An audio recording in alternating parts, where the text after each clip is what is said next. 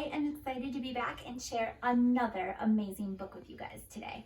This book is called My Garden, and it's by one of my favorite authors and illustrators, and his name is Kevin Hinkes. In fact, I got to meet Kevin Hinkes one time. I went to the library and he was talking at the library. I got to listen to him talk, and he talked about this book and how he wrote it and drew all the pictures, and he even signed the book for me. Would you guys like to see? Let me see if I can turn the page. So right there above his name, Kevin Hinkes, he signed it for me.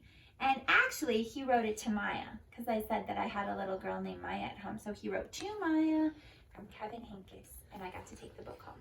So I love this book. It's also a fiction book. It's a really silly book, and Kevin Hinkes really uses his imagination in this book, and you'll see why, because there's some silly things that happen in this book that could never really happen in real life. But I love it, and I can't wait to share it with you. You guys ready? My Garden by Kevin Hinkes. My mother has a garden. I'm her helper. I water, I weed, and I chase away the rabbits so that they don't eat all the lettuce. It's hard work, and my mother's garden is very nice. But if I had a garden, so here is where the little girl starts to use her imagination. She's dreaming about what her garden would look like. Are you guys ready for it? I love it. In her garden, there would be no weeds, and the flowers would keep blooming and never die. Could you imagine how beautiful that would be if the flowers never died? In my garden, the flowers could change color just by my thinking about it. Pink, blue, green, purple, even patterns. So she would think about the color and boom, the flower would just change color. Isn't that cool? And if you picked a flower, another one would grow right back in its place. In my garden, the rabbits wouldn't eat the lettuce because the rabbits would be chocolate and I would eat them. She'd have chocolate rabbits in her garden. That sounds pretty great. If I planted seashells, I'd grow seashells.